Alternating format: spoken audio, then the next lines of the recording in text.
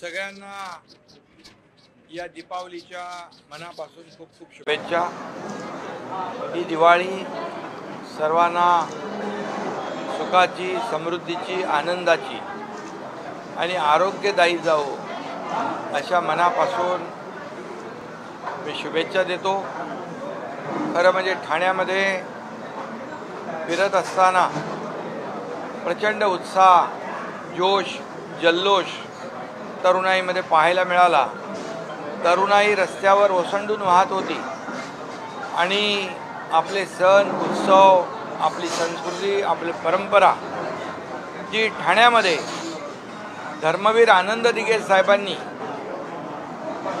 या सणांचा उत्सव सुरुवात केली उत्सवाला।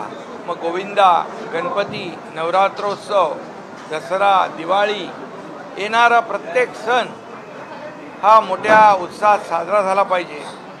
आणि या सणानिमित्ताने सर्व आबालवृद्ध, तरुण, ज्येष्ठ, लाडक्या बहिणी, लाडके भाऊ सगळे एकत्र आले पाहिजे ही भावना मनामध्ये ठेवून हे सण उत्सव साजरे होऊ लागले।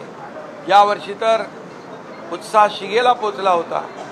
तरुणाईमध्ये प्रचंड उत्साह होता आणि ठाण्यामध्ये याला एक आगळं वेगळं महत्त्व आहे आणि म्हणून आम्ही सगळेजण त्यांच्या प्रत्येक दिवाळी पहाटला उपस्थित राहिलो।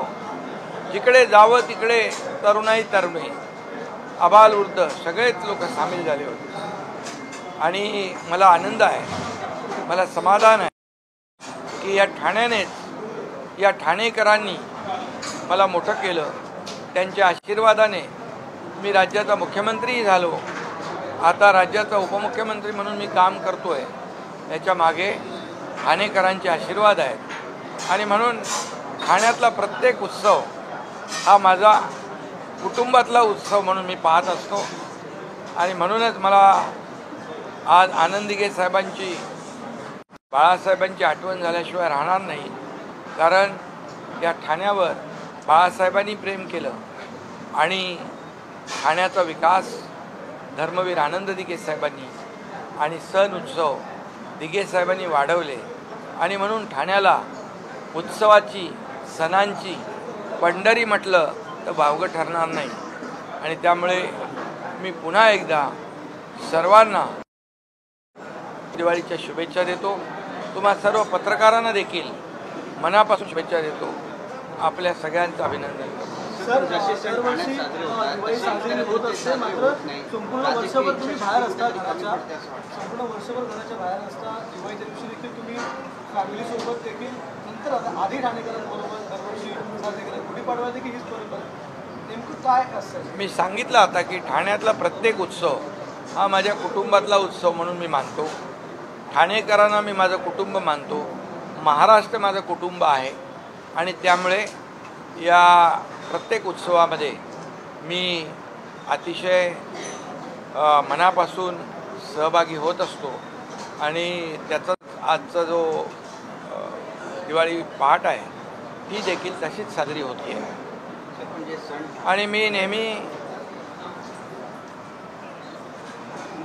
वर्षभर दौरे असतात, कार्यक्रम असतात आणि त्यामुळे सण उत्सव जे आहे या कार्यक्रमात देखील सहभागी होतो। यामध्ये मला आनंद आहे की लाडके भेटल्या, लाडके भाऊ पण भेटले, लाडके भाचे पण भेटले आणि लाडक्या भाच्या पण भेटल्या आणि सगळ्यांनी मोठ्या आनंदात हा उत्सव साजरा केला। मोठा प्रतिसाद या दिवाळी पहाटला ठाणेकरांनी दिलेला आहे।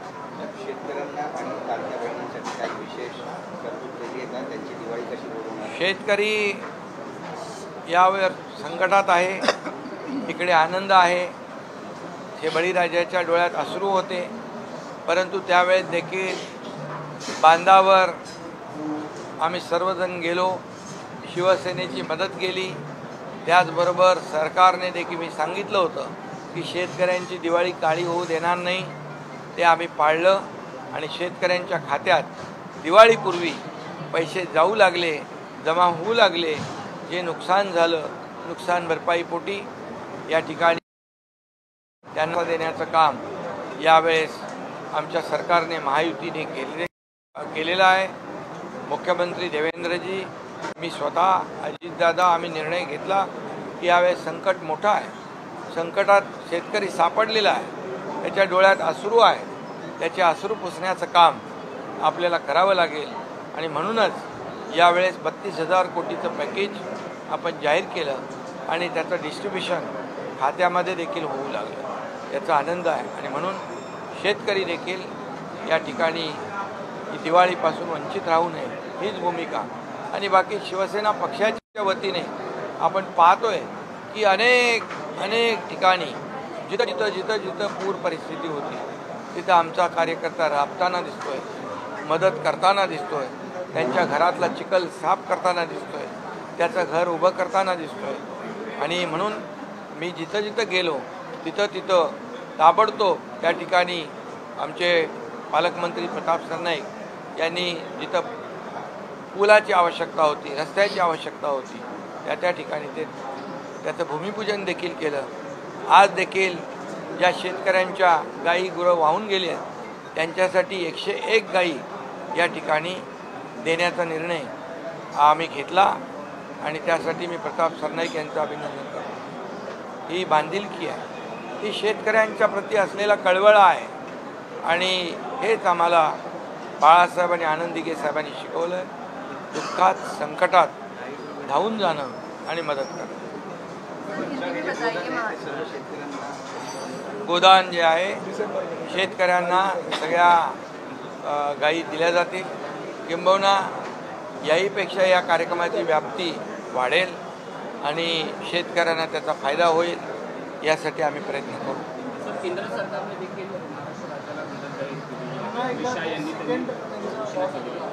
बिलकुल यामध्ये आम्ही आदरणीय प्रधानमंत्री नरेंद्र मोदीजी यांना विनंती केली, अमित शाह साहेबांना विनंती केली की संकट मोठं आहे, आम्ही तर आमची जबाबदारी सरकारकडून पार पाडू, परंतु संकट मोठं असल्यामुळे केंद्र सरकारची देखील आम्हाला आवश्यक आहे. आणि जी नेहमी शेतकऱ्याच्या मागे उभे राहिलेले आहेत याही वेळेत ते मागे उभे राहतील. धन्यवाद.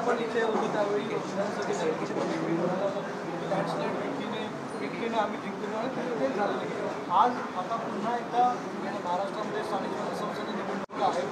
ठाणे महानगरपालिका, स्थानिक महानगरपालिका,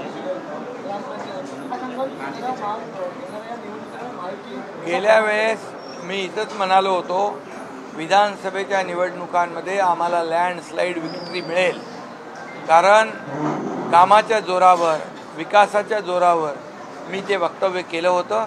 आणि आमच्या लाडक्या बहिणी, शेतकरी, लाडक्या भावांनी सगळ्यांनी मदत केली आणि लँडस्लाईड मॅन्डेट दिलं. आता येणाऱ्या स्थानिक स्वराज्य संस्थांमध्ये देखील आम्ही केलेलं काम, महायुतीने केलेलं काम याची पोचपावती येणाऱ्या स्थानिक स्वराज्य संस्थांमध्ये जनता देईल आणि महायुतीला लँडस्लाईड मॅन्डेट पुन्हा मिळेल. धन्यवाद. निवडणूक यादा साफ जोपर्यंत होत नाही तोपर्यंत निवडणुका देणार नाही. यापूर्वी निवडणुका लवकर घ्या असं म्हणत होते. निवडणुका का टाळताय? निवडणुकांना तुम्ही घाबरताय का? महायुती घाबरते का? सरकार घाबरताय का? असेच प्रश्न विचारत होते. आता त्यांना पराभव दिसू लागला, त्यामुळे निवडणुका पुढे ढकला असा धोसा त्यांनी लावलेला आहे. आम्ही कधीही निवडणुकांना तयार आहोत. कालही होतो, आजही ताबडतोब आहे. आणि निवडणुका ज्या थांबल्या होत्या त्या आमच्यामुळे नव्हत्या. सुप्रीम कोर्टामध्ये निवडणुकांमध्ये स्टे होता, परंतु आरोप जेव्हा पराभव दिसू लागतो तेव्हा आरोप निवडणुकांवर करतात, महायुतीवर करतात. हा त्यांचा रोजचा धंदा आहे. त्यामुळे त्याच्याकडे आम्ही काय विशेष लक्ष देत नाही. आणि किती इकडं काय ते सुरसुऱ्या लवंग्या फुटल्या तरी आमचा महायुतीचा ॲटम बॉम्ब सगळ्यांचं काम तमाम करेल. त्यामुळे तुम्ही काळजी करू नका. महायुतीच पूर्णपणे लँडस्लाईड मॅन्डेट मिळवून जिंकेल. कारण महायुतीसोबत महाराष्ट्रातली जनता आहे. नवंबर को एक बड़ा प्रोटेस्ट इन्होंने अनाउंस किया है. ऑपोजिशन पार्टीज ईसीआई पे एक और बार जाए. अभी ECI पर उनका भरोसा नहीं था पहले, बोले गलत है, ECI बोगस काम करती है, ECI करती है, और अभी उसके ऊपर उनको जाके मिलते हैं, डेलीगेशन जाता है। पहले तो उन पर भरोसा नहीं था, उन अब मोर्चा निकाल रहे हैं। ये उनकी हार उनको नजर आ रही है।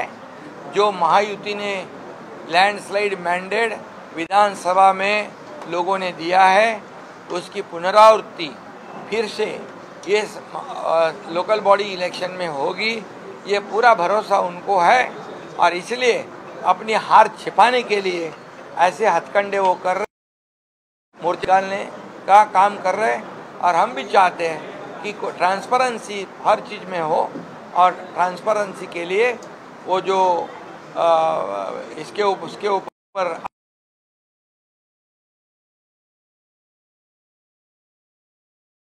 जब हार हो जाती है तो चुनाव आयोग बुरा होता है।